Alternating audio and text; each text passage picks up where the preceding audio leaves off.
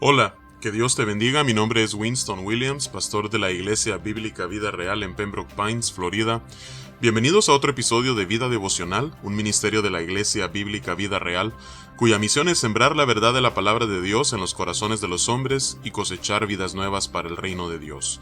Para más información puedes visitar nuestra página web www.ibvidareal.org o seguirnos en nuestra página de Facebook en @ibvidareal. En este día estaremos meditando en el Salmo 52. Al igual que el Salmo 51, este es un salmo de David, lo único que con un tema distinto y un salmo más corto. Solamente contiene 9 versículos, así es que vamos a darle lectura a este salmo y luego meditaremos en su contenido. Dice la palabra de Dios: ¿Por qué te jactas de maldad, oh poderoso? La misericordia de Dios es continua. Agravios maquina tu lengua, como navaja afilada hace engaño. Amaste el mal más que el bien, la mentira más que la verdad. Has amado toda suerte de palabras perniciosas, engañosa lengua. Por tanto, Dios te destruirá para siempre, te asolará y te arrancará de tu morada, y te desarraigará de la tierra de los vivientes. Verán los justos y temerán, se reirán de él, diciendo: He aquí el hombre que no puso a Dios por su fortaleza, sino que confió en la multitud de sus riquezas y se mantuvo en su maldad. Pero yo estoy como olivo verde en la casa de Dios. En la misericordia de Dios confío eternamente y para siempre. Te alabaré para siempre, porque lo has hecho así, y esperaré en tu nombre, porque es bueno delante de tus santos. Que Dios bendiga su palabra en este día. Entonces, según nos dice las direcciones que encontramos debajo del título de este salmo, en donde vemos que no solamente es un masquil de David, sino que además nos dice que el contexto de este Salmo 52 es cuando vino Doeg Edomita y dio cuenta a Saúl diciéndole: David ha venido a casa de Ahimelech. El contexto inmediato de este salmo lo podemos encontrar en el primer libro de Samuel, capítulo 22. David estaba huyendo de Saúl, quien estaba buscando su vida, y en un momento durante esa persecución David llega a Nob, donde se encontraba Ahimelech, que era sacerdote, y él recibe provisiones de parte de Ahimelech y la espada de Goliat, y luego Ahimelech lo envía en su camino.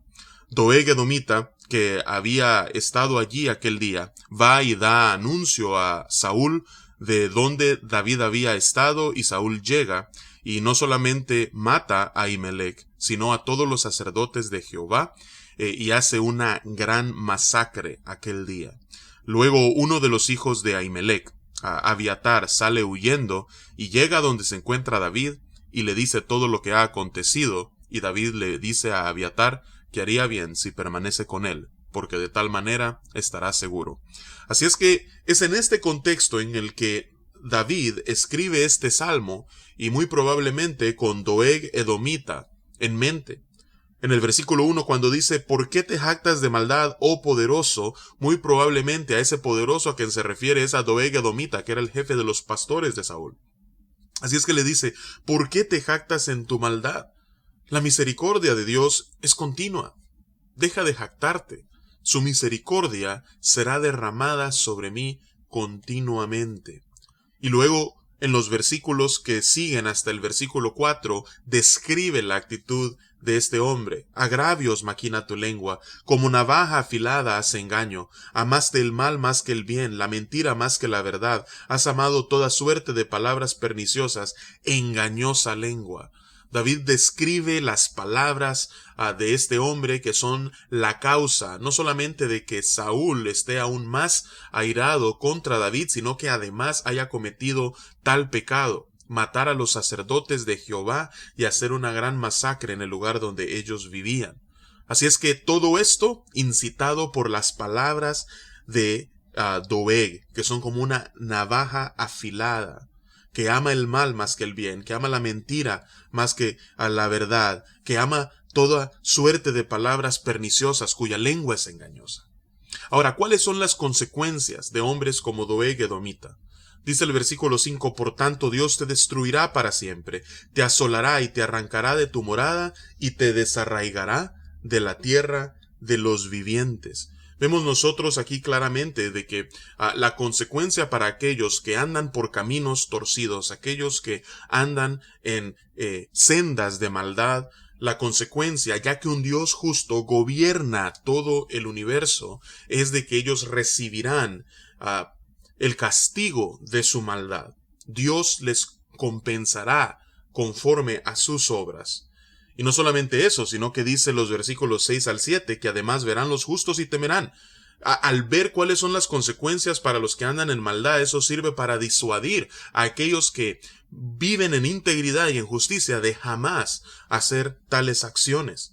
Pero no solamente de eso, sino de que se reirán de él, diciendo, he aquí el hombre que no puso a Dios por su fortaleza, sino que confió en la multitud de sus riquezas y se mantuvo en su maldad. Es decir, las cosas se invertirán. Mientras los malvados se gozan porque aparentemente sus acciones no tienen consecuencias y se burlan de aquellos que viven justa e íntegramente, al final las cosas se voltearán cuando los justos sean recompensados y reciban su galardón de parte de Dios, y aquellos que anduvieron caminando en maldad reciban el castigo y la ira de parte de Él. Ahora, en los versículos 8 y 9 vemos el contraste entre aquellos que caminan en maldad como Doeg edomita y aquellos que, al igual que David, procuran vivir en justicia, en santidad y en integridad. Dice el versículo 8, pero yo estoy como olivo verde en la casa de Dios. Yo estoy convencido que ya que en la misericordia de Dios confío eternamente y para siempre, esto será algo productivo, fructífero para mi vida. Así como un olivo verde que produce fruto en abundancia, que sus aceitunas crecen y crean ese aceite que era una comodidad muy preciosa y valorada por muchos en el pueblo de Israel. De la misma manera, si yo confío en el Señor, yo sé de que eso tendrá su fruto.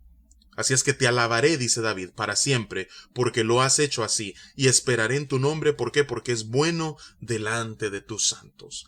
Ya que no es en balde que yo coloque mi confianza y mi seguridad en Dios, sino que veré el fruto de ello, yo le alabaré y esperaré en él.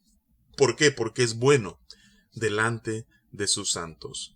Así es que vamos a orar y vamos a pedirle en primer lugar que Dios nos libre de jamás caer en los caminos de Doeg edomita, que nuestras bocas estén caracterizadas por el engaño, que nuestras lenguas sean como navaja afilada, que jamás amemos el mal y la mentira más que el bien y la verdad, sino que nosotros procuremos caminar en integridad, de tal manera que podamos ser como ese olivo verde que, después de confiar en la misericordia de Dios, podamos nosotros ver el fruto de ello, y no solamente eso, sino saber esperar y al final ser recompensados por nuestro Dios.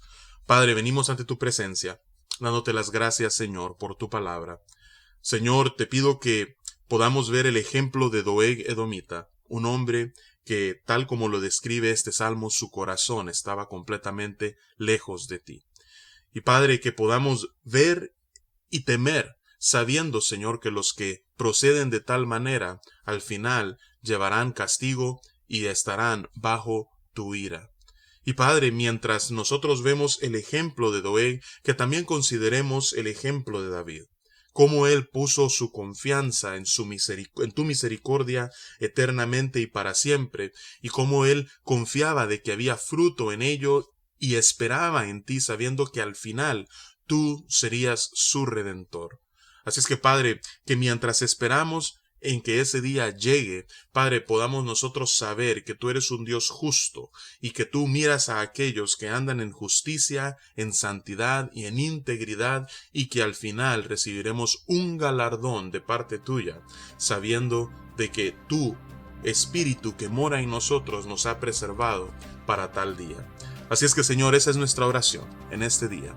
Y es en el nombre poderoso de Cristo Jesús que oramos y te alabamos.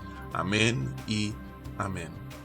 Que Dios te bendiga y con el favor del Señor nos encontraremos mañana.